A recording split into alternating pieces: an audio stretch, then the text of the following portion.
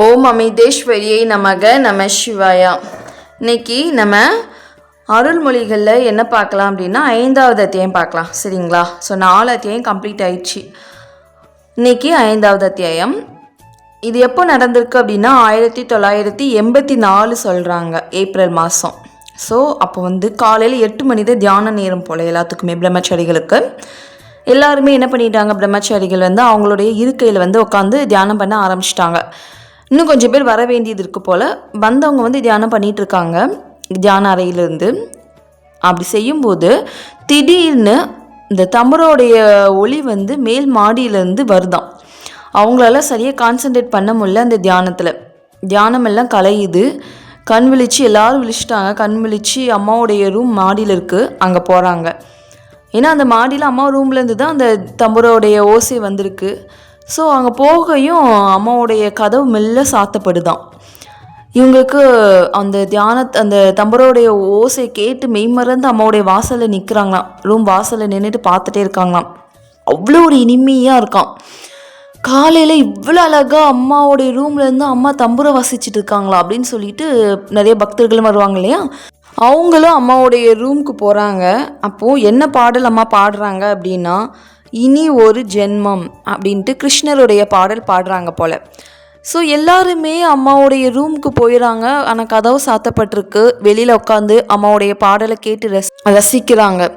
So இப்படியே அவங்க மெய்மறந்து அப்படியே தியானத்தில் ஈடுபடுறாங்க. ஸோ இறுதியாக அம்மாவுடைய பாடலும் முடிஞ்சுது. தம்பரோடைய ஓசையும் அப்படி மெதுவாக குறைகிறது.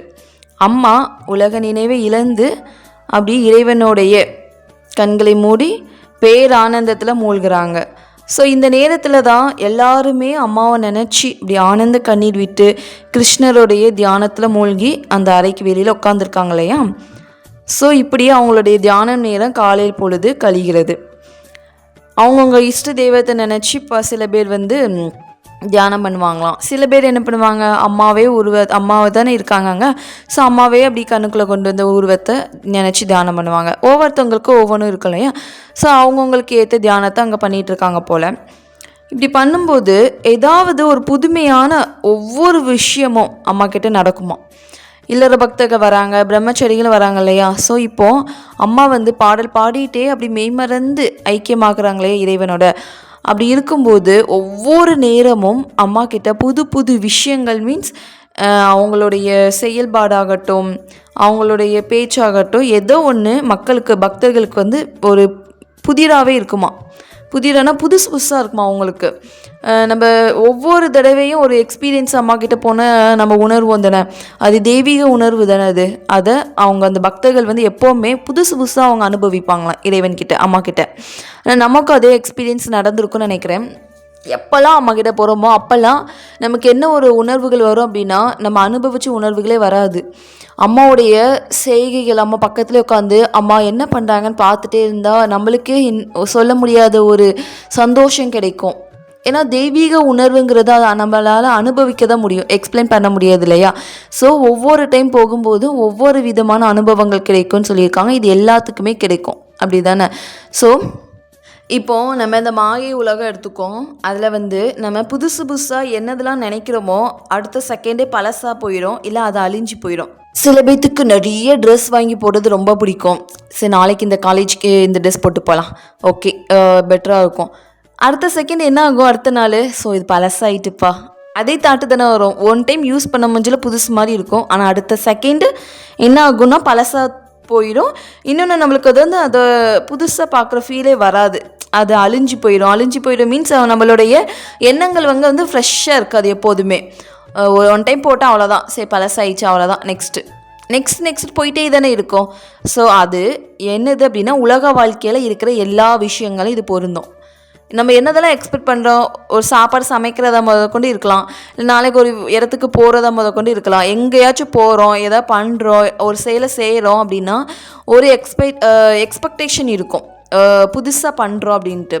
பட் அடுத்த செகண்ட் என்ன ஆகும் அப்படின்னா, அவ்வளோதானஷா இதுக்கா அப்படிங்கிற மாதிரி ஒரு ஃபீல் ஆகும், பழசாயிடும்.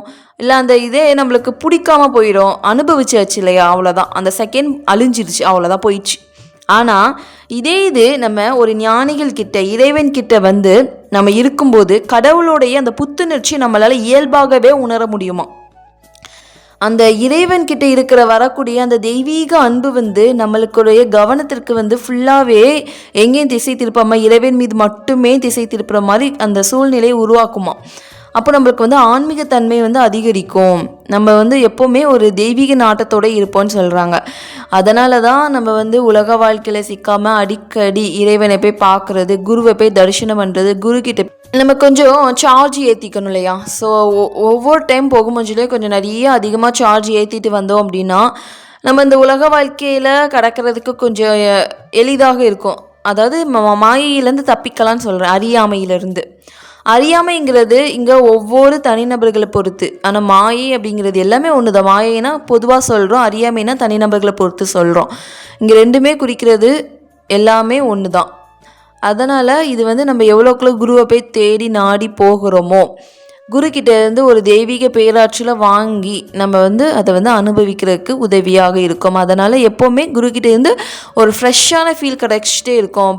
ஆல்ரெடி அனுபவிச்சது கிடைக்காது, புதுசு புதுசாக நம்மளுக்கு அந்த தெய்வீக உணர்வுகள் வந்துக்கிட்டே இருக்கும் அப்படின்னு சொல்கிறாங்கம்மா.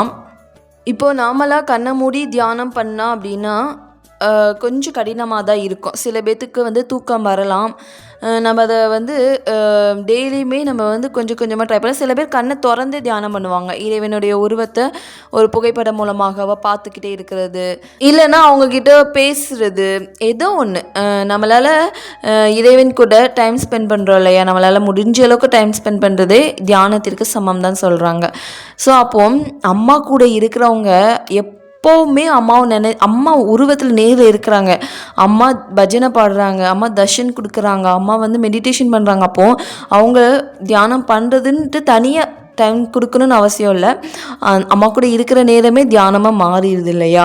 ஸோ அவங்க எப்போவுமே குரு கூடயே இருக்காங்க இல்லையா. அவங்கள கண்ணை திறந்து பார்க்குறாங்க, அவங்களுடைய குரலை கேட்குறாங்க, அவங்களுடைய பாடலை கேட்டு ரசிக்கிறாங்க. இதுவே ஒரு தியானத்துக்கு ஒரு பேரானந்தத்தை தானே கொடுக்குது. ஸோ இதை விட தியானம் வந்து கிடைக்குமா அப்படின்னு கேட்டால் தெரில. ஏன்னா நேரிலே குரு இருக்காங்க, அவங்களே பார்த்து ரசிக்கிறோம், எவ்வளோக்குள்ளே கண்ணிமைக்காமல் பார்த்து ரசிக்கிறோம், அவங்களுடைய குரலை கேட்குறோம், மெய்மறந்து பாடுறோம் இல்லையா. ஸோ இதுதான் தியானம்.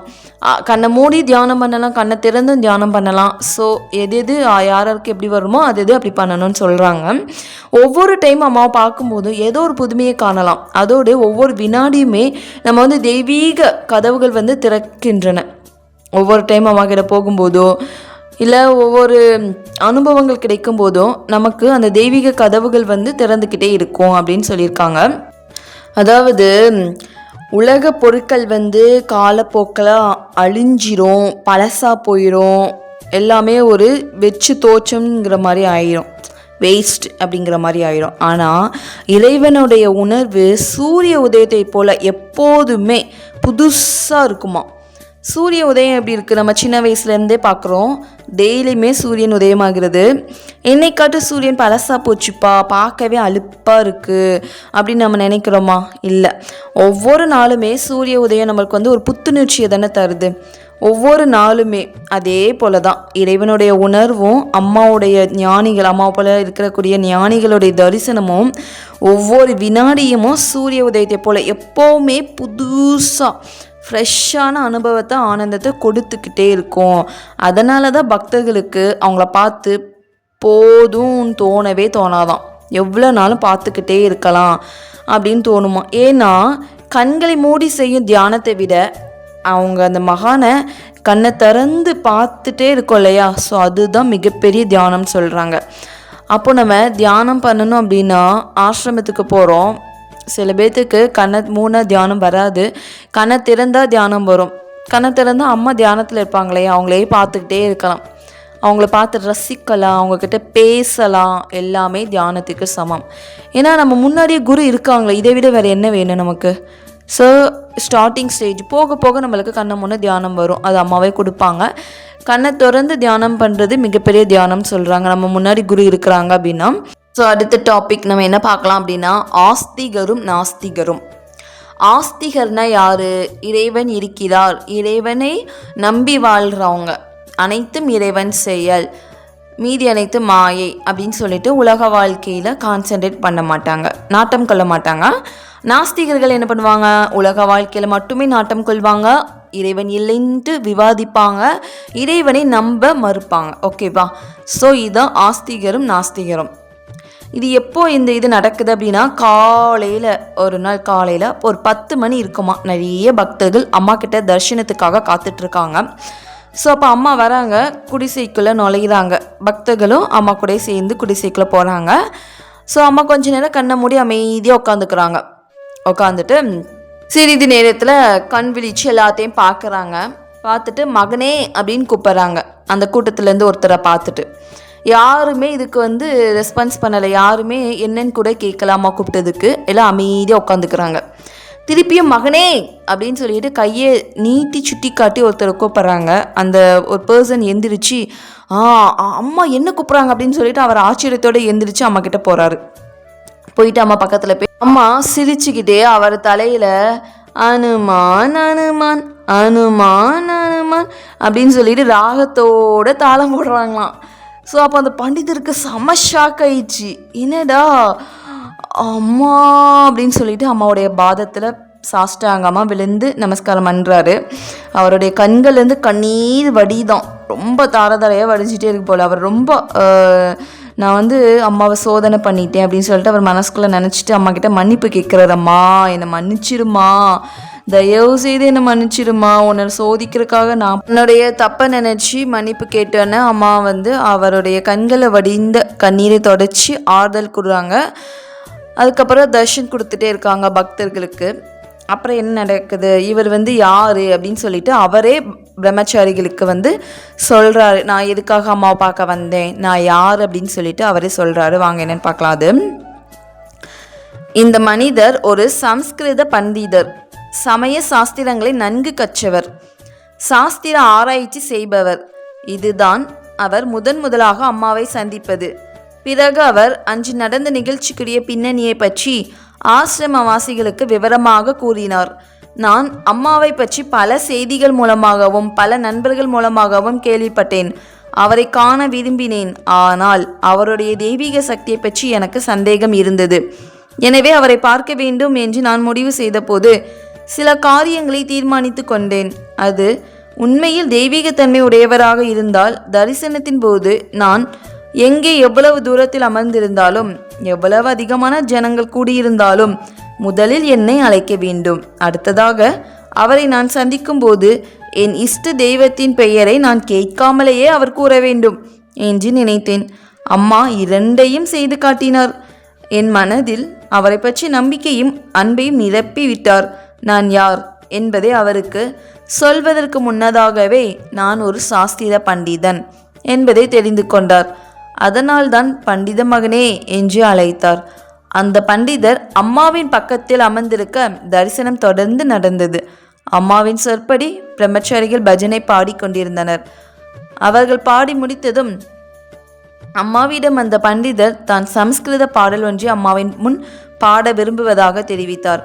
அது ராமாயணத்தில் வருகின்ற அனுமான் ராமரை பற்றி பாடுகின்ற ஒரு தோத்திர பாடலாகும். பாடலை அவர் பாடி முடித்ததும் அந்த பண்டிதர் அம்மாவிடம் மிகுந்த பணிவுடன், அம்மா, அனுமான் ராமரிடம் செய்யும் இந்த பிரார்த்தனையை நான் உங்களிடம் செய்யும் பிரார்த்தனை என்றார். அம்மா சிரித்தார். பிறகு பண்டிதரிடம், இந்த பைத்தியக்கார அம்மாவிடமா இந்த பிரார்த்தனை?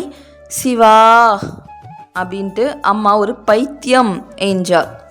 பாருங்க, அந்த பண்டிதர் மனிதர் அம்மாவை டெஸ்ட் பண்ணுறதுக்கு வந்திருக்காரு. ஃபஸ்ட் டைம் நான் போகிறேன் அம்மாவை பார்க்க. அம்மா ஃபஸ்ட்டு என்ன தான் கூப்பிடணும், அடுத்து என்னுடைய இஷ்ட தெய்வத்தை அவர் என்கிட்ட சொல்லணும் அப்படின்னு சொல்லிட்டு இந்த 2 விஷயங்கள் அவங்க பண்ணினாங்கன்னா அவங்க மகான் அவங்க அப்படின்னு நான் உண்மையை நான் உணர்ந்துப்பேன், நம்பிக்கை இருக்குது அப்படின்னு சொல்லிட்டு இதை அவருக்குள்ளேயே ஒரு சோதனை பண்ணிக்கிட்டு போகிறாரு அம்மா கிட்ட போனோன்னா அம்மாவுக்கு தெரியாமையே இருக்கும் நம்ம என்ன நினச்சிட்டு போகிறோம், எதுக்காக போகிறோம், நம்ம கேட்கணுன்னு அவசியமே இல்லை, நம்ம மனசில் என்னது இருக்குதுன்னு முதற்கொண்டு அம்மாவுக்கு தெரியும்.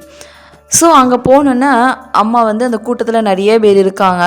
ஒருத்தரை சுட்டி காட்டி மகனேன்னு கூப்பிட்றாங்க. யாருமே கண்டுக்காத மாதிரி எல்லாம் உட்காந்துக்கிறாங்க.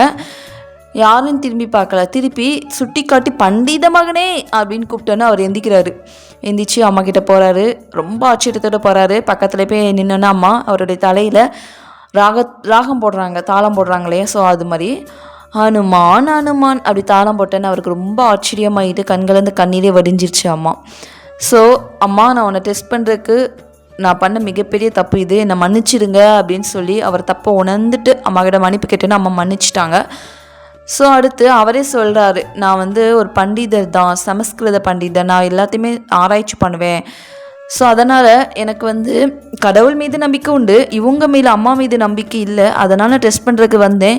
அம்மா அதை ப்ரூவ் பண்ணிட்டாங்க, நிரூபிச்சிட்டாங்க. நான் கடவுள் அப்படிங்கிறத எனக்கு உணர்த்திட்டாங்க. அதனால் எனக்கு ரொம்ப நம்பிக்கை இருக்குது இப்போ அம்மா மேலே அப்படின்னு சொல்லிட்டு உணர்ச்சி பூர்வமாக பிரம்மச்சாரிகள்கிட்ட சொல்லிகிட்டு இருக்காரு. அப்புறம் பிரம்மச்சாரிகள் எல்லாருமே சேர்ந்து ஒரு பாடல் பாடுறாங்க. அந்த பாடல் முடிந்ததும் அம்மா கிட்ட, அம்மா நான் சமஸ்கிருத பாடல் ஒன்று பாடட்டுமா அப்படின்னு கேட்குறாரு. சரி அம்மாவும் நீ பாடு அப்படின்னோடனே, ராமாயணத்தில் அனுமான் ராமரை புகழ்கிற மாதிரி போச்சு பாடுற மாதிரி ஒரு தோத்திர பாடல் ஒன்று அவர் பாடுறாரு. அனுமான் ராமர்கிட்ட ஒரு பிரார்த்தனையாக வைக்கிறார் இல்லையா? ஸோ அதே போல் இந்த பிரார்த்தனையை நான் உங்ககிட்ட வைக்கிறேன் அப்படின்னு சொன்னது அம்மா சிரிக்கிறாங்களாம். இந்த பைத்தியக்கார அம்மா கிட்டேயே அந்த பிரார்த்தனை அப்படின்னு சொல்லிட்டு, சிவா அப்படின்னு அம்மா ஒரு பைத்தியம், அம்மா ஒரு பைத்தியம் அப்படின்னு சொல்லியிருக்காங்க. ஸோ அதை கேட்ட பண்டிதருக்கு, அம்மா உண்மைதான், என்னை போன்ற அறிவில்லாத மக்களுக்கு அம்மாவை போன்ற பைத்தியங்கள் உண்மைதாம்மா, கடவுள் எங்களிடம் இல்லை, கடவுள் பைத்தியம் எங்களிடம் இல்லை, எல்லோரிடமே சமமாக அன்பு செலுத்தும் பைத்தியம் எங்களுக்கு இல்லை. அதனால் கஷ்டமா, எங்களுடைய கஷ்டத்தை தீர்த்துக்கோங்கம்மா, அதனால் எங்கள் புத்தி நேரானதாகவும் உங்களிடம் உள்ள பைத்தியத்தில் ஒரு துளியாவது எங்களுக்கு கிடைக்கணும்னு சொல்லிட்டு அவர் கேட்குறாரு. அம்மா அதுக்கு எந்த பதிலும் சொல்லவே இல்லை. ஸோ அடுத்து அம்மா கிருஷ்ணா வாசுதேவா ஹரே அப்படின்னு சொல்லிட்டு ஒரு நாமாவளியை பாடுறாங்க. அப்புறம் பிரம்மச்சாரிகளும் அம்மா கூட தொடர்ந்து பாடுறாங்க. அந்த பாடல் முடிஞ்சதுமே ஒரு இளைஞர் அம்மா கிட்ட ஒரு கேள்வி கேட்குறாரு. என்ன கேள்வி அப்படின்னு இன்ட்ரெஸ்டிங்காக இருக்கும், வாங்க அது என்ன கேள்வின்னு பார்க்கலாம். அம்மா, உலகத்தில் கடவுள் நம்பிக்கை உள்ளவர்களும் இருக்கிறார்கள், நம்பிக்கை இல்லாதவர்களும் இருக்கிறார்கள். கடவுளை நம்புபவர்கள் அந்த நம்பிக்கையின் மூலம் என்ன பலனை அடைகிறார்கள்? கடவுளை நம்பாதவர்களை காட்டிலும் அவர்கள் அதிகமாக பெறுவது என்ன? அதாவது ஒரு பக்தர் ஒரு இளைஞர் அம்மா கிட்ட என்ன கேட்காரு, இந்த உலகத்தில் கடவுள் நம்பிக்கை இருக்கிறவங்களும் இருக்காங்க, இல்லாதவங்களும் இருக்காங்க. ஆனால் நம்பிக்கை உள்ளவங்க மட்டும் கடவுள்கிட்டேருந்து என்ன பலன் அவங்களுக்கு கிடைக்குது? ஸோ கடவுள் நம்பிக்கை இல்லாதவங்களை காட்டிலும் கடவுள் நம்பிக்கை இருக்கிறவங்க கிட்டேருந்து என்ன கிடைக்கிது? இல்லாதவங்களாம் அதிகமாக அனுபவிக்கிறாங்க இந்த உலகத்தில்.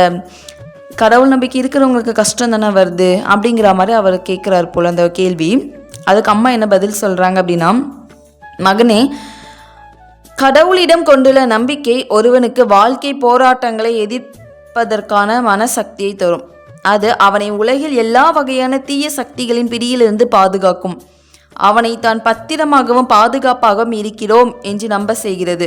ஒரு மேலான சக்தியில் நம்பிக்கை கொள்வதும் அதன்படி வாழ்வதும் தான் சமயம். நாம் ஆன்மீகமயமாக இருந்தால் நம்மிடம் ஒழுக்கம் தோன்றுகிறது. நாம் தீய சக்திகளிடமிருந்து அப்பால் ஒதுங்கி நிற்க அது உதவுகிறது. நாம் சாராயம் குடிக்க மாட்டோம், புகைப்பிடிக்க மாட்டோம், தேவையில்லாத வம்புகளில் சிக்கிக்கொண்டு வெட்டி பேச்சுகளில் நம் சக்தியை விரயம் செய்ய மாட்டோம். ஒழுக்கம் அல்லது தூய்மையான குணம் இவைகளை ஆன்மீகத்தை அடைய நாம் ஏறி செல்கிற படியாகும். உண்மையான கடவுள் நம்பிக்கை உள்ளவன் எது நேர்ந்தாலும் பரபரப்பு அடைய மாட்டான்.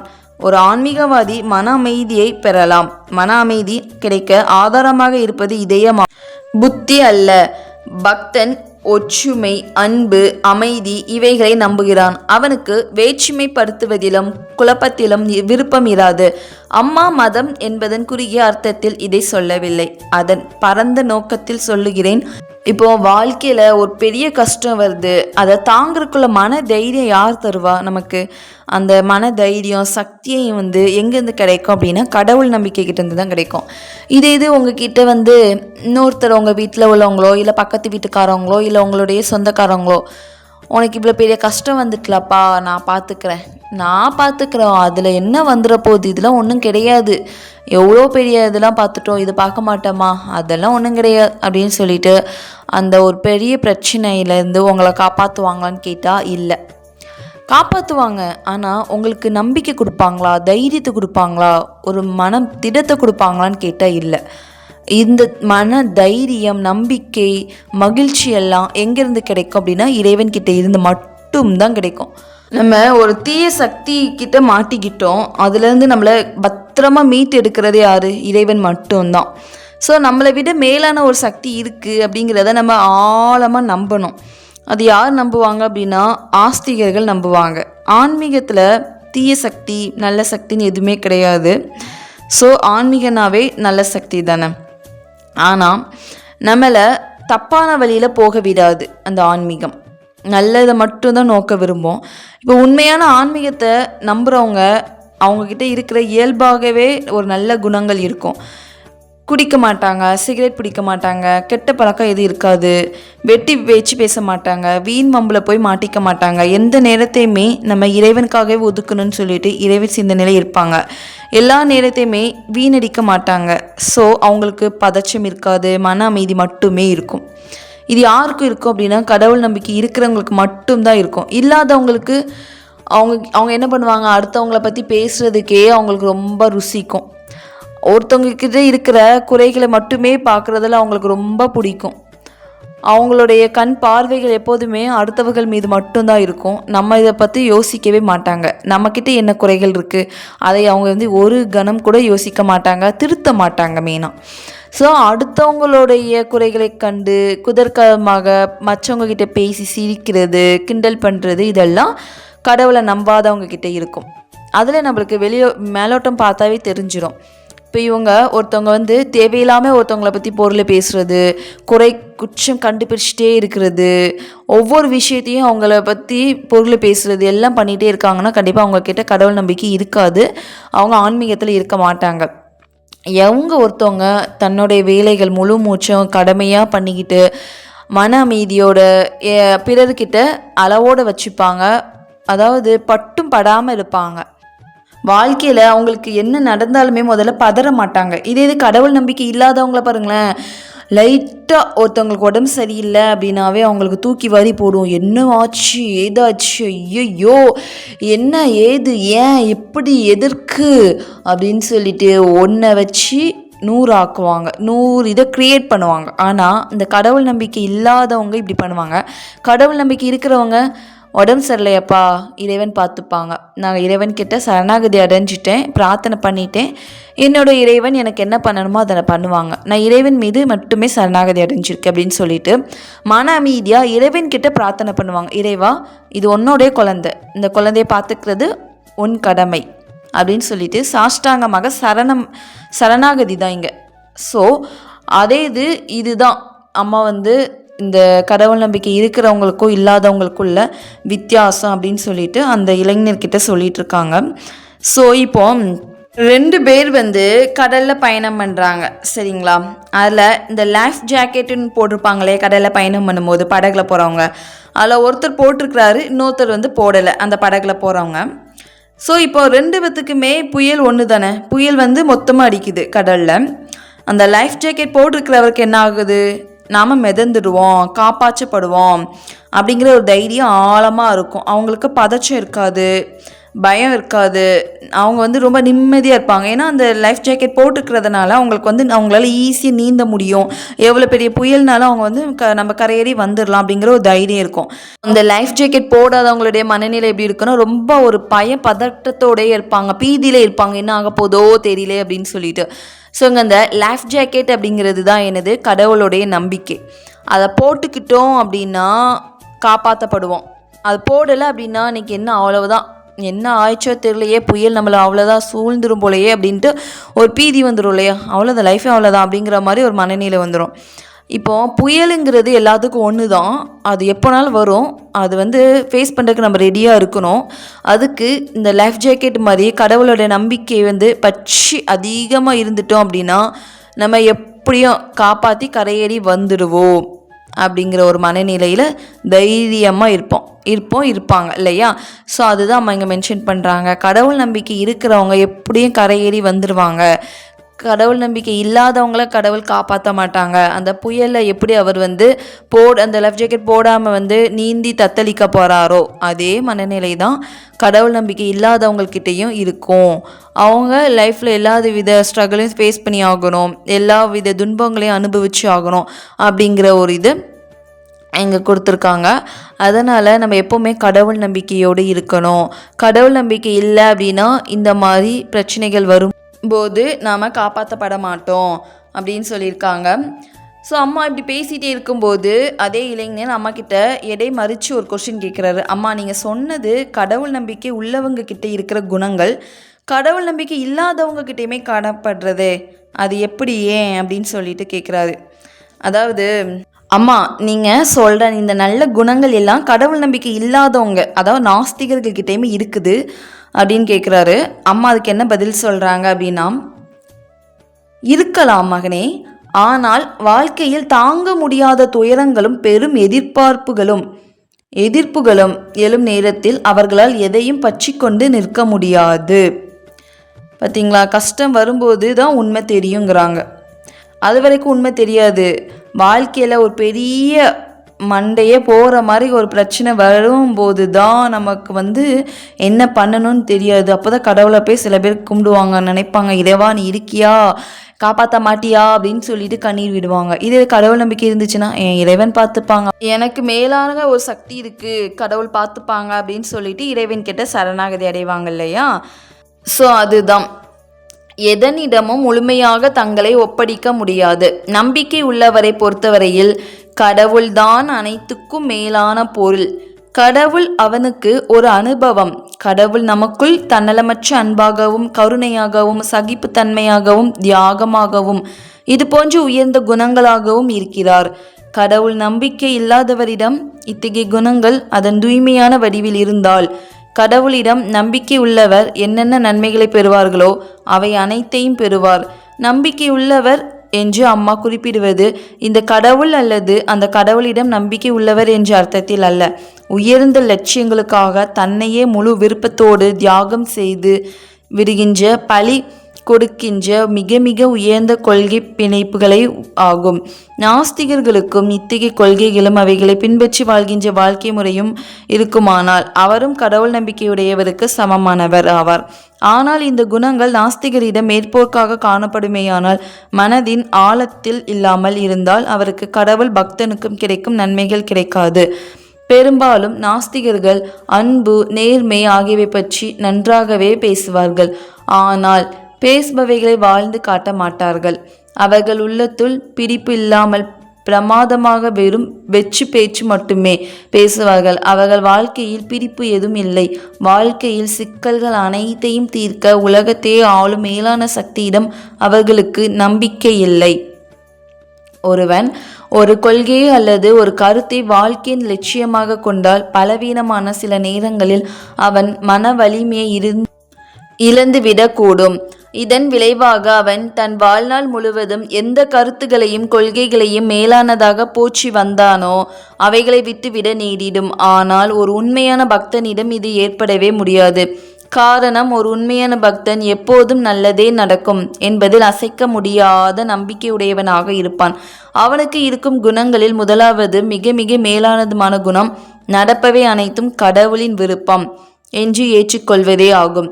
அவன் கடவுளை கெட்டியாக பிடித்து கொள்கிறான். வாழ்க்கையில் ஏற்படும் அனைத்தையும் கடவுளின் பிரசாதமாக ஏற்றுக்கொள்கிறான். இப்போ நாஸ்திகர்கள் பாருங்க, நாஸ்திகர்கள்னே யாரு? கடவுள் நம்பிக்கை இல்லாதவங்க. ஸோ அவங்களுக்கு என்ன நடந்தாலுமே இறைவன் மீது நம்பிக்கை இருக்காது. ஆனால் ஆஸ்திகர்களுக்கு என்ன நடந்தாலுமே அது இறைவனுடைய பிரசாதமாகவே நினைப்பாங்க. நமக்கு பிடிச்ச விஷயங்கள் நடந்தாலும், ஓ இறைவன் எனக்கு இந்த பிரசாதம் கொடுத்துருக்காங்கப்பா, நான் அக்செப்ட் பண்ணிக்கிறேன் அப்படின்னு சொல்லிட்டு அவங்க அதை ருசிப்பாங்க. இதை பிடிக்காத விஷயங்கள் நடந்தாலும் எனக்கு இது இறைவன் கொடுத்துருக்காங்க, இந்த பிரசாதத்தையே நான் சாப்பிட்டாகணுமே பிடிக்காத பிரசாதனாலும் சாப்பிட்டாகணும், அது ஏன்னா அது இறைவனோடது. ஸோ அதையே அவங்க ருசித்து சாப்பிடுவாங்க. இங்கே வந்து விருப்பு வெறுப்பு இருக்காது ஆஸ்திகன்கிட்ட. நாஸ்திகர்கள்கிட்ட விருப்பு அதிகமாக இருக்கும், வெறுப்பு கம்மியாக இருக்கும். அதனால் அவங்கக்கிட்ட ஈர்ப்புகள், கடவுளோட ஈர்ப்புகள் கம்மியாக இருக்கும். ஸோ மன அமைதி அதிகமாக இருக்கக்கூடிய ஆஸ்திகர்கள் வந்து எதையுமே இறைவனாகவே நினைக்கிறாங்க, இறைவனுடைய பிரசாதமாகவே நினைக்கிறாங்க. அப்படிங்கும்போது இங்கே விருப்பு வெறுப்பு இருக்காது, பூரண சரணாகதி மட்டுமே இறைவன்கிட்ட இருக்கும். ஸோ அதனால் இந்த ஆஸ்திகன் வந்து என்ன பண்ணுவான் அப்படின்னா, கடவுளுடைய நம்பிக்கை ஏதோ ஒரு குறிப்பிட்ட கடவுள் பேரை சொல்கிறது மட்டும் கிடையாது, எல்லாத்தையுமே தன்னுடைய கொள்கையாக மாற்றி, இறைவனுடைய கொள்கையாக மாற்றி தியாகம் செய்கிற குணமே இங்கே தன்னலமற்ற அன்பு. தியாகம் பண்ணுவாங்க. ஆஸ்திகர்கள்கிட்ட இருக்கக்கூடிய மிகப்பெரிய குணம் தியாகம் பண்ணுவாங்க, தன்னலமற்ற அன்பு இருக்கும். கடவுளை நம்பாதவங்கள கூட அவங்க கடவுள் நம்பிக்கையாளனுக்கு சமமாக எடுத்துக்குப்பாங்க. ஏன்னா அவங்க வந்து அவங்க வெறுக்க மாட்டாங்க. கடவுள் நம்பிக்கை இவங்ககிட்ட கிடையாது, இவங்கள வெறுக்கணும், இவங்கள நம்ம பேசக்கூடாது அப்படின்னு சொல்லிட்டு இந்த ஆஸ்திகளும் வந்து அவங்க எதையுமே திங்க் பண்ண மாட்டாங்க. அவங்களையுமே இறைவனாகவே பார்ப்பாங்க. ஏன்னா அது ஒரு ஆத்மா தானே, அது இறைவன் தானே, இங்கே எல்லாமே இறைவன் தானே அப்படின்னு சொல்லிட்டு எல்லாத்தையுமே இறைவனாக பார்க்கக்கூடிய குணங்கள் வந்து இந்த ஆஸ்திகர்கிட்ட இருக்குமா. அதனால் அவங்க வந்து பெரும்பாலுமே நாஸ்திகர்களை பற்றி எதையும் கம்ப்ளைண்ட் பண்ண மாட்டாங்க, பிறர்கிட்ட குச்சமாக பார்க்க மாட்டாங்க, குறை சொல்ல மாட்டாங்க. அதை எப்போதுமே இறைவனாகவே அவங்களையும் பார்த்து அவங்க கூடயுமே அவங்க எல்லாமே ஷேர் பண்ணுவாங்க, எல்லா அன்பையும் பரிமாறுவாங்க, கருணையோடு நடந்துப்பாங்கன்னு சொல்லியிருக்காங்க. இப்போ வெறும் பேச்சு வந்து அந்த நாஸ்திகர்கிட்ட இருக்கும். எப்படின்னா அவங்க வந்து அன்பு பெருசாக நான் வச்சுருப்பேன்னு சொல்லுவாங்க, நான் அன்பு பெருசாக இருக்காது. நேர்மையாக நடந்துப்பேன் வெளியில் சொல்லியிருப்பாங்க, நான் ரொம்ப பெர்ஃபெக்டாக நடந்துப்பேன்ப்பா, எனக்கு அதெல்லாம் பிடிக்காது, எனக்கு இந்த வழியில் போகிறது தான் பிடிக்கும், அப்படி ரொம்ப ரொம்ப ஓவரை ரியாக்ட் பண்ணுவாங்க இல்லையா, அவங்க தற்பெருமையாக பேசிப்பாங்க. அது வந்து அந்த நாஸ்திகர்கிட்ட அதிகமாக இருக்கும். அவங்கக்கிட்ட வெறும் வாய் பேச்சு மட்டும்தான் இருக்கும், வாயிலே வடை சுடுவாங்க இல்லையா. ஸோ அந்த மாதிரி நிறைய ஆத்மாக்களாக பார்க்கலாம்.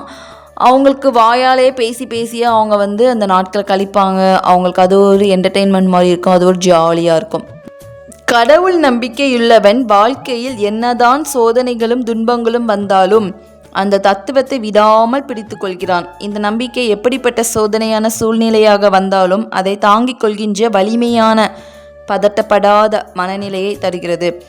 ஆசையற்ற அன்பு, இரக்கம், பொறுமை, தியாகம் ஆகிய குணங்கள் நம் வாழ்வோடு இணைந்திருக்க வேண்டிய குணங்களாகும். உண்மையான பக்தன் கடவுள் இருக்கிறார் என்ற நம்பிக்கையின் அடிப்படையில் தான் வாழ்கிறான். அவனுக்கு இந்த நம்பிக்கை தன் உயிரை விட மேலானது, மகத்தானது. அவன் தன் உயிரை விடுவானே தவிர கடவுள் மீதுள்ள நம்பிக்கையை விடவே மாட்டான். அவன் தான் பின்பற்றி வாழும் ஆன்மீக கொள்கைக்காக உயிரை விடவும் தயாராக இருப்பான். பாருங்க, ஆஸ்திகன் தன்னுடைய கடவுளுக்காக உயிரை விடுவானாம். பார்த்தீங்களா, அவ்வளோக்குள்ளே அவங்களுக்கு கடவுள் மீது மட்டும்தான் பற்று இருக்குது, பிறரிட மனிதர்கள் மீது பற்றே கிடையாது. இங்கே ஆஸ்திகன் வந்து ஒரு கடலை தூக்கி போட்டாலும் அவன் நீச்சல் அடித்து மேலே மிதந்து வந்துடுவான். ஏன்னா அவனுக்கு கடவுளுடைய நம்பிக்கை.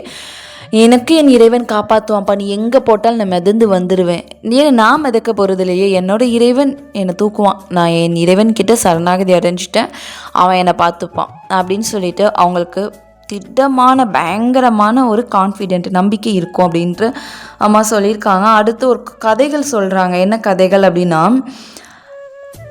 பிறகு இந்த கருத்தை தெளிவுபடுத்துவதற்காக அம்மா ஒரு கதை சொல்ல துவங்கினார்.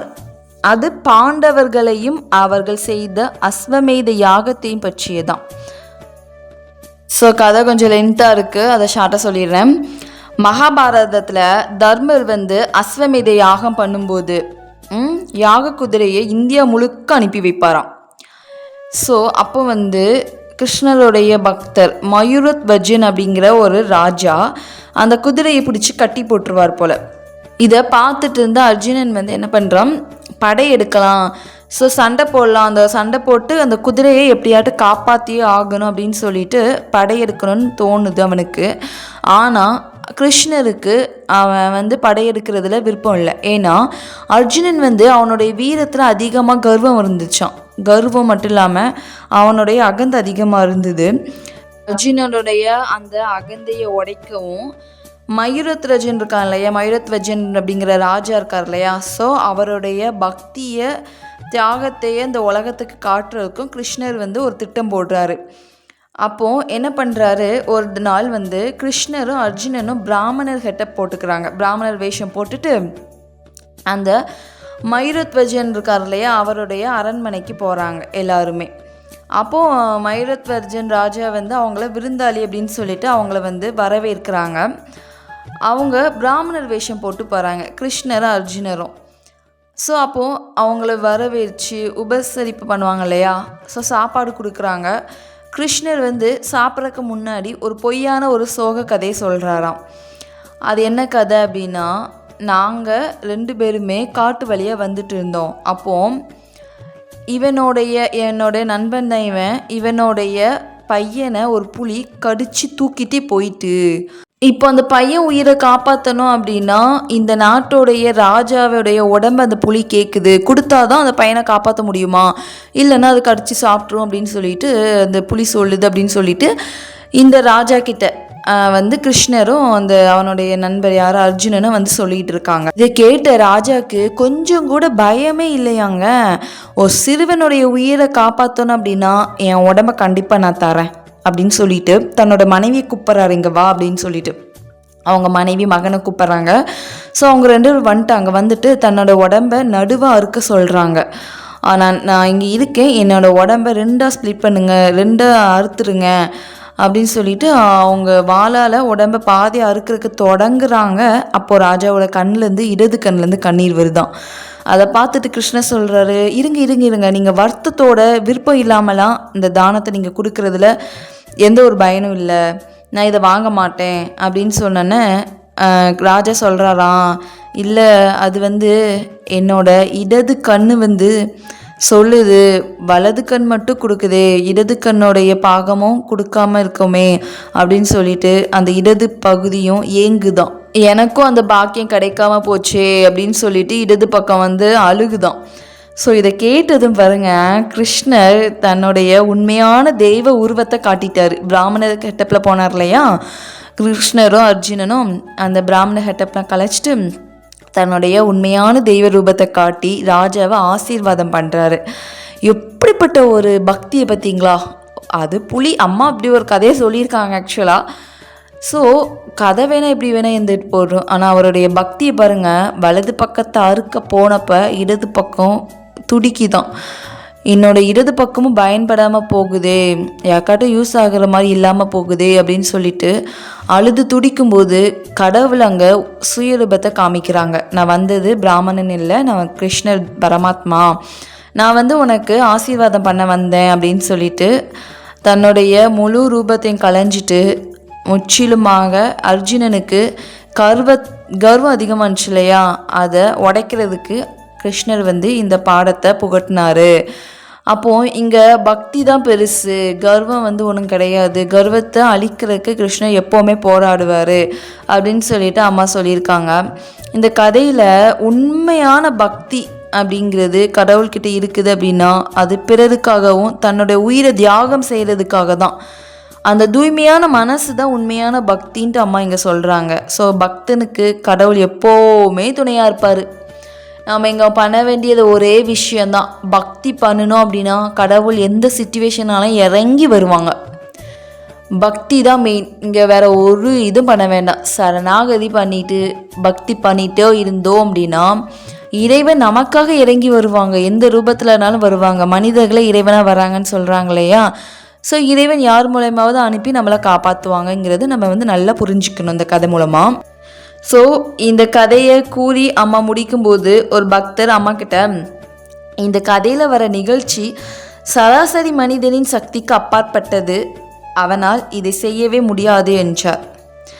ஏம்மா இந்த கதைலாம் சராசரி மனிதனுக்கு உரிய கதையே கிடையாது, இது வந்து தெய்வீக நிலை கொண்ட ஒரு மனிதனுக்கு உடையது அப்படின்னு சொன்னதும் அம்மா வந்து இதை கேட்ட அம்மா, நானும் அதைத்தான் சொல்கிறேன், இந்த கதையை பற்றி விளக்கம் வந்து வார்த்தைக்கு வார்த்தை அப்படியே எடுத்துக்கொள்ளக்கூடாது, அப்படியே நடந்து கொள்ளவும் கூடாது, அதனுடைய அடிப்படையான கருத்தை எடுத்துக்கொள்ளணும் அப்படின்னு சொல்கிறாங்க. ஸோ இந்த கதை மூலமாக கதை எப்படினாலும் இருந்துட்டு போகுது, புலி பேசியிருக்குமா பேசியிருக்கல, ஸோ புலி வந்து குழந்தைய கடிச்சு அப்படி முழுங்கியிருக்கும், இல்லை கடிச்சு தூக்கி வீசியிருக்கும், குழந்தை இறந்துருக்கும். அது மட்டும் இல்லாமல் அந்த புலி வந்து நீ ராஜாவிட்ட போய் அவனுடைய உடம்புல பாதி எடுத்துட்டு வான்னு கேட்குமா? இல்லை, நீ இதோடைய சாரத்தை மட்டும் புரிஞ்சுக்கோ, ஓகேவா, அதை பற்றி ஆராயாத அப்படின்னு நம்ம சொல்கிறாங்க. அடுத்து என்ன சொல்கிறாங்கன்னு பார்க்கலாம். இந்த கதையில் வரும் மன்னன் போல் செய்யக்கூடிய மகாத்மாக்கள் இருக்கத்தான் செய்கிறார்கள். பார்த்தீங்களா, மகாத்மாக்களும் இருக்கிறாங்களாம் இப்படிலாம். ஆனால் இன்றோ பெரியதாக பேசுபவர்கள் தான் இருக்கிறார்களே தவிர சொன்னதை காரியத்தில் நிறைவேற்றுபவர்கள் இல்லை. இந்த அரசர் எந்தெந்த கொள்கைக்காக வாழ்ந்தாரோ அதை நிறைவேற்றுவதற்காக தன் சொந்த உடலையும் உயிரையும் தியாகம் செய்ய தயாராக இருந்தார். இதை ஒரு சாதாரண மனிதனால் நினைத்து பார்க்க முடியாது. அவனால் இதை புரிந்து கொள்ளவும் முடியாது. ஆனால் நீங்கள் இந்த கதையின் அடிப்படையையும் அதன் தன்மையையும் கண்டு அதை பின்பற்ற வேண்டும். இப்போ நம்ம இந்த கதை மூலமாக என்ன எடுத்துக்கலாம் அப்படின்னா, அவர் பக்தியின் மூலமாக கிருஷ்ணர் வந்து ஒரு இந்த உலகத்துக்கு பக்தினா இதுதான், பக்தி பண்ணணும் அப்படின்னா இறைவன் வந்து நமக்கு இறங்கி வருவாங்க, எப்படிப்பட்டதையும் நம்மளுக்கு கொடுப்பாங்க அப்படிங்கிறது நம்ம இதுலேருந்து புரிஞ்சுக்கிட்டோம் இல்லையா. ஸோ இதே தான் அம்மா சொல்கிறாங்க. அதனால்தான் அம்மா நம்பிக்கையும் ஆன்மீகத்தையும் மிகவும் மேலோட்டமாக எடுத்துக்கொள்ளக்கூடாது என்று சொல்கிறேன். ஆன்மீகத்தை சும்மா மேலோட்டமாக நம்பி இருக்காம ஆழமாக புரிஞ்சு நம்ம வந்து கடவுள் மீது பக்தி பண்ணணும்னு சொல்லியிருக்காங்க. ஆன்மீக கொள்கைகளும் சாதனைகளும் உங்கள் வாழ்க்கையின் எலும்பும் சதையுமாக மாறிவிட வேண்டும். ஸோ இங்கே நம்மளுடைய உடம்புல எப்படி தோல் சதையெல்லாம் உடம்பை மூடி பாதுகாக்குதோ அதே போல் ஆன்மீக சாதனைகளும் கொள்கைகளும் ஒவ்வொரு நிமிஷத்துக்கையும் அதை நடைமுறைப்படுத்தணும் அப்படின்ட்டு இங்கே ஆழமாக அம்மா சொல்கிறாங்க. அதன் மூலமாக கிடைக்கக்கூடிய நன்மைகள் வந்து அனுபவபூர்வமாக நம்மளால் உணர முடியுமா. இங்கே உணர்வுகள் தான் அதிகம். ஸோ நம்ம இறைவனை உணரணும் அப்படின்னா பக்தி பண்ணணும் அதிகமாக. வாழ்க்கை என்பது முழுக்க முழுக்க துயரங்களாலும் மரணம் பற்றிய பயத்தாலுமே நிறைந்துள்ளது. இவைகளிலிருந்து யாருமே தப்பித்து கொள்ள முடியாது. ஆனால் தைரியமுள்ள ஒரு மனிதனால் சந்தோஷமான வாழ்க்கையை வாழ முடியும். இறைவனோடு வாழும்போது நம்ம வாழ்ந்தாலும் இறைவனோட வாழ்கிறோம், இறந்தாலும் இறைவனோட போகிறோம். ஸோ அங்கே போயும் இறைவனோடைய கலக்க போகிறோம். பயத்தோடு வாழ்கிறாங்க இல்லையா, அவங்க இந்த உலகத்தில் வாழும்போது பயத்தோடு வாழ்கிறாங்க. இந்த உலகத்துலேருந்து உயிர் பிரியும் போதும், ஆன்மா வந்து பிரியும் போதும், இந்த உடலை விட்டு பிரியும் போதும் பயத்தோடு போகிறாங்க. மேலே போயும் பயத்தால் கஷ்டப்படுறாங்க, அவதிப்படுறாங்க. ஸோ அவங்களுக்கு அந்த ஆத்ம உலகத்தில் நிறைய நிலைகள் இருக்கும். அப்போது நம்ம புரிஞ்சிக்க வேண்டியது இங்கே ஆழமாக அம்மா படித்து சொல்கிறது என்ன தெரியுமா, நீ சாதனை பண்ணு, இறைவனோடைய நம்பிக்கை வை அதிகமாக. நீ எவ்வளோக்குள்ளே நம்பிக்கை வைக்க பக்தி பண்ணுறியோ இறைவன் வந்து உன்னை இங்கே மட்டும் காப்பாற்ற மாட்டாங்க. நீ அங்கே உன்னுடைய உடம்புலேருந்து உயிர் பிரிஞ்சு ஆத்மலோகத்துக்கு போகுது இல்லையா, நீ அப்போது பிறர மாதிரி நீ வந்து இப்போ மேலே போய் நீ கஷ்டம்லாம் பட மாட்ட, நீ ஏங்கிட்டே வந்துடுவே ராசா அப்படின்னு சொல்லிட்டு அம்மா வந்து நம்மளுக்கு படித்து சொல்லித்தரது, நீங்கள் பக்தி பண்ணு. அதை தான் இங்கே ஆழமாக அம்மா நம்மளுக்கு உணர்த்திட்டே இருக்காங்க. உண்மையான ஆன்மீகவாதிகள் வந்து மரணம் வருது அப்படின்னா பயப்பட மாட்டாங்க. ஆனால் கடவுள் நம்பிக்கை இல்லாதவங்க ஒவ்வொரு நிமிஷமும் மரணத்தை பற்றி பயப்படுவாங்க, மரணத்தை நினச்சவே பயப்படுவாங்க. மரணம்னா எல்லாத்துக்கும் நிகழக்கூடியது, அது வந்து பழசும் கிடையாது புதுசும் கிடையாது. மரணம் வந்து எப்பவும் நிகழக்கூடியது தான், எப்போ வேணாலும் வரலாம். ஸோ எதுக்கும் பயப்படாமல் இறைவன் ஒருவனை சாஷ்டாங்கமாக சரணமடைந்து அவன் வழிகளை பின்பற்றி வாழணும்னு நம்ம சொல்கிறாங்க. அவன் சத்தியத்திற்காக வாழ்கிறான், அன்பிற்காக மூச்சு விடுகிறான். அவனுடைய உயிரும் அவனது ஒவ்வொரு துடிப்பும் இவைகளுக்காக அர்ப்பணிக்கப்பட்டுள்ளன. ஆஸ்திகரை போல் தைரியம் இல்லாமல் ஒரு நாஸ்திகன் கடவுள் நம்பிக்கை உள்ளவர்களை பார்த்து பயப்படுவான். கடவுள் வென்று விடுவார் என்று அவன் பயப்படுவான். கடவுள் நம்பிக்கை கொண்டவர்கள் தங்களை ஜெயித்து விடுவார்கள். தாங்கள் அவர்களது ஆணையின் கீழ் வாழும்படி மேலும் என்று அவர்கள் பயப்படுவார்கள். இந்த பயமே அவர்களை பலவீனர்களாக்கிவிடும். ஆனால் கடவுளிடம் நம்பிக்கை கொண்டவர்கள் நாஸ்திகர்களிடம் பயப்பட மாட்டார்கள். கடவுள் பக்தியை நாஸ்திகர்கள் எவ்வளவு கேவலமாக விமர்சனம் செய்தாலும் அது பற்றி கவலைப்பட மாட்டார்கள். கடவுளிடம் அவர்களுக்குள்ள நம்பிக்கை அளவில்லாதது, அழுத்தமானது, ஆழமானது. அவர் எல்லாவற்றையும் பார்த்து கொள்வார், சத்தியம் இறுதியில் வெல்லும் என்கிற அழுத்தமான நம்பிக்கை அவர்களிடம் இருக்கும். இதுதான் இப்போது எல்லா இடங்களிலும் நடந்து வருவது. மனம் திறந்து ஒருவன் பரிசோதனை செய்து பார்த்தால் இதனை உணர்ந்து கொள்ளலாம். ஒரு ஆஸ்திகன் அளவில்லாத வலிமை படைத்தவனாக இருப்பான், எதுவுமே அவனை பாதிக்காது. ஆஸ்திகனின் உறுதியான கடவுள் நம்பிக்கையின் மீது வாழ்க்கையின் தடைகள் அவை மனிதனால் உருவாக்கப்பட்டவையாக இருந்தாலும் சரி, இயற்கையால் உருவாக்கப்பட்டவையாக இருந்தாலும் சரி, மோதிய உடனே தூள் தூளாக உடைந்து உதிர்ந்துவிடும். நாஸ்திகன் தான் இல்லை என்று வலியுறுத்தி சொல்லுகின்ற ஒன்றை பற்றி எதிர்த்து பேசி அது பற்றி பொய் கருத்துக்களை பரப்பி தன்னுடைய ஆற்றலையும் வாழ்க்கையையும் வீணாக்குகிறான்.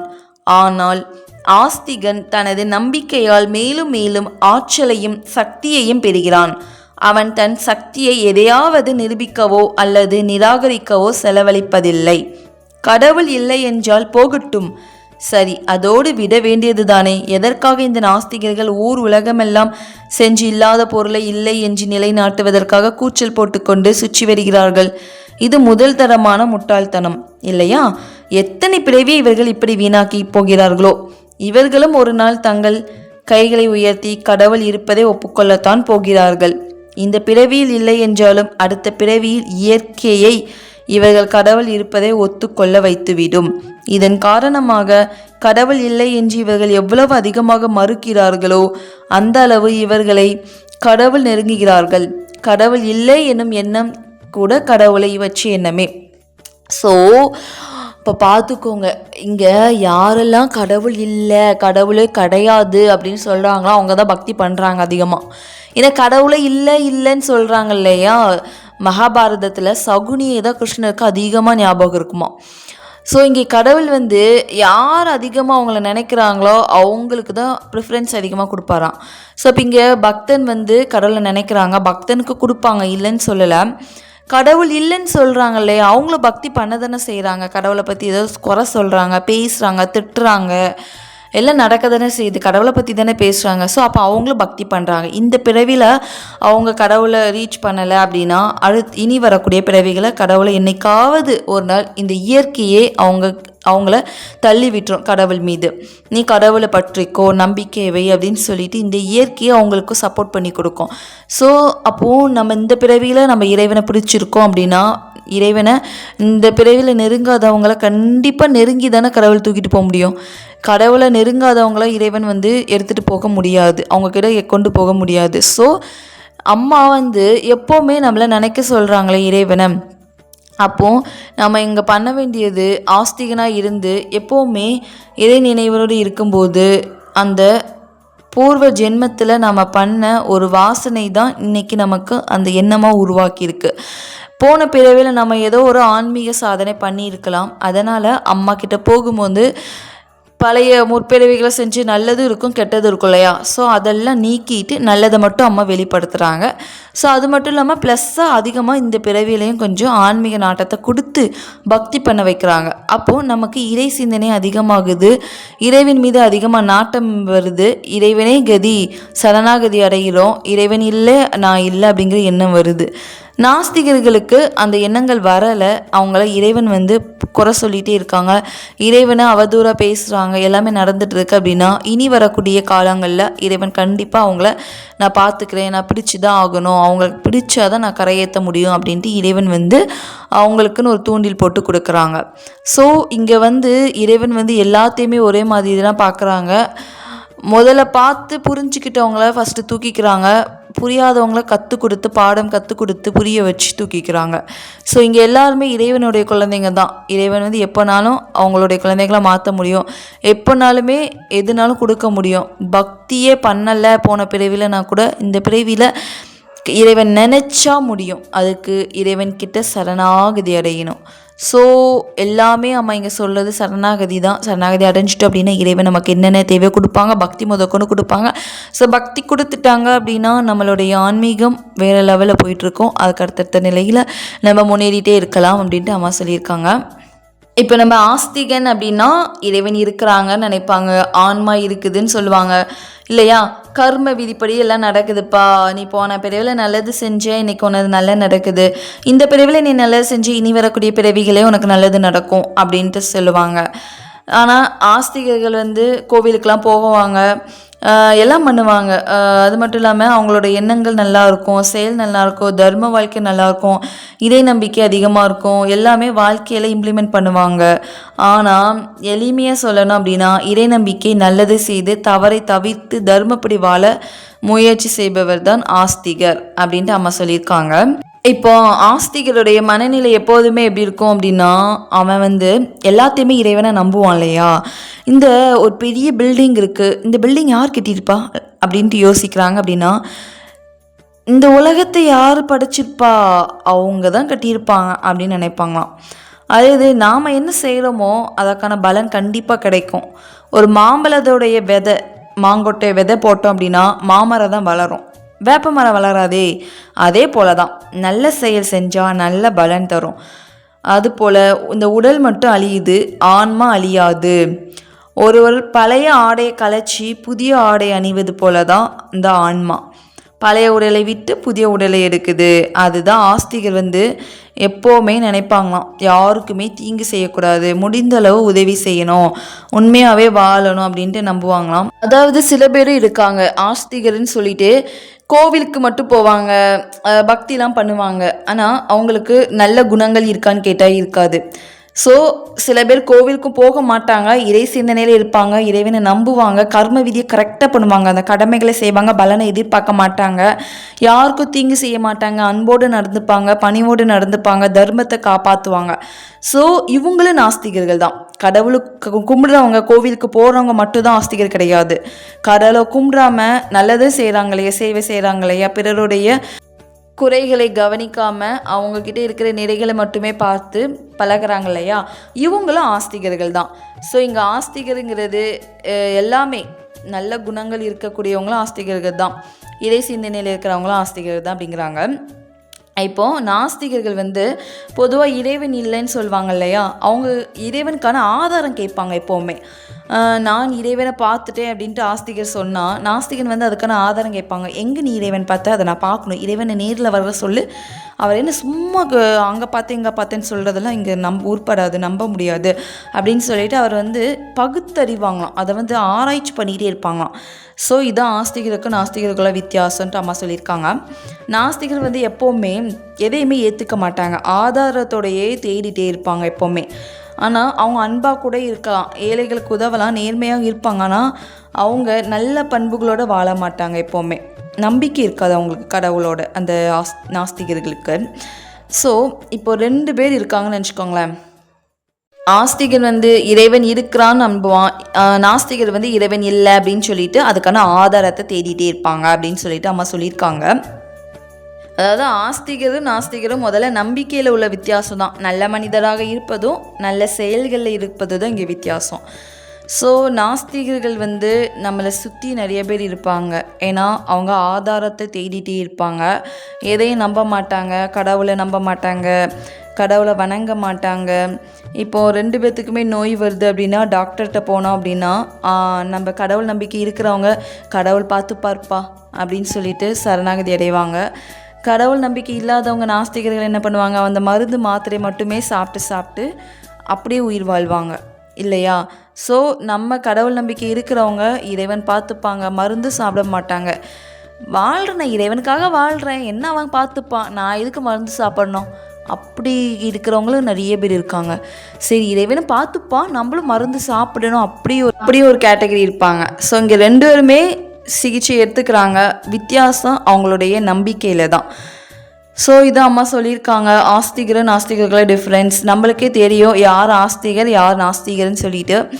நாஸ்திகரும் குறைகள் கிடையாது, ஏன்னா அவங்களும் இறை சிந்தனையில் தான் இருக்காங்க. இறை சிந்தனை இறைவனை அவதூறாக பேசுகிறாங்க, இறைவன் இல்லை அப்படின்னு சொல்லிட்டு தம்பட்டு அடிக்கிறாங்க இல்லையா. ஸோ அப்போ அவங்களுக்கும் இறைவனுங்கிறத எண்ணங்கள் வரதான் செய்து, அவங்களுக்கு இப்போ இல்லைனாலும் இறைவன் எப்போமாவது ஒரு கைத்தை கொடுத்து தூக்குவாங்க.